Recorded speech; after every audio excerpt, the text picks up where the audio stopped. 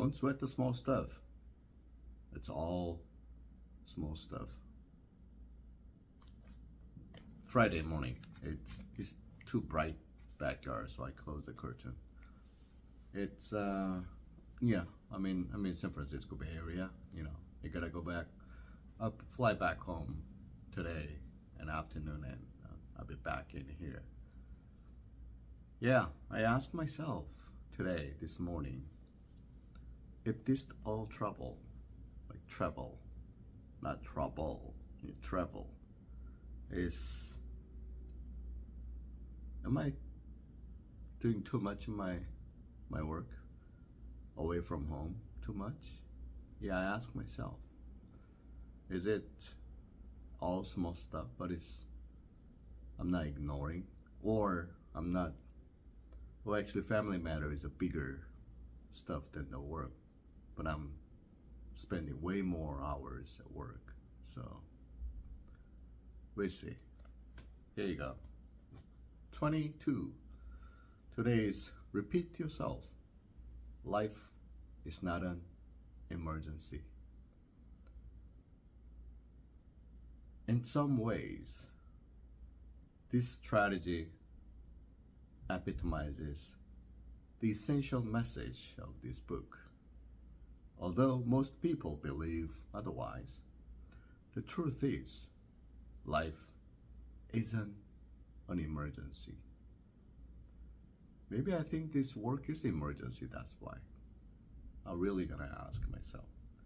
I've had hundreds of clients over the years who have all but neglected their families as well as their own dreams because of their propensity to believe that life is an emergency. They justify their neurotic behavior by believing that if they don't work 80 hours a week, they won't get everything done.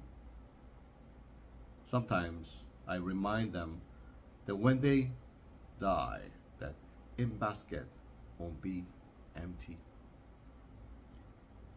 A client who is homemaker and mother of 3 children recently said to me, I just can't get the house cleaned up the way I like it before everyone leaves in the morning. She was so upset over her inability to be perfect that her doctor had prescribed her anti-anxiety medicine. She was acting or feeling like there was a gun pointed at her head and the sniper was demanding that every dish be put away and every towel folded, or etc., etc. Many things. Again, the silent assumption was this is some emergency. The truth was no one other than she had created the pressure she was experiencing.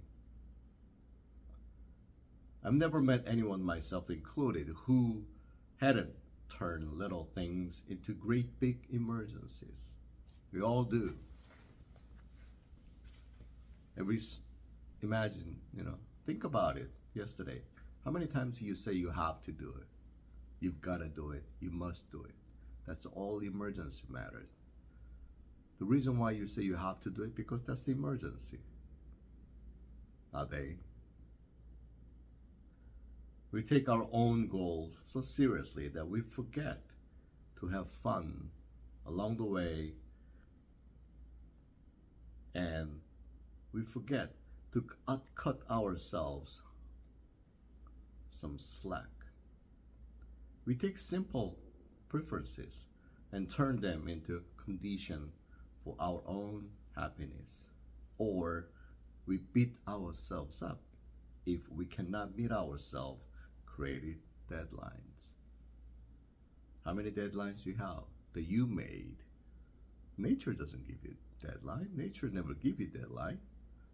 Life just go as it goes, as it used to be going, as will be going. Life is just a flow. No one says you have to do finish by a certain time. Maybe yourself. The first step is becoming a more peaceful person, is to have the humility to admit that. In most cases, you are creating your own emergencies. Life will usually go on if things don't go according to plan. Like you said, exactly. It will go. Doesn't really matter. Whatever the world is saying something, or whatever the most powerful people in the world claim something, life just go.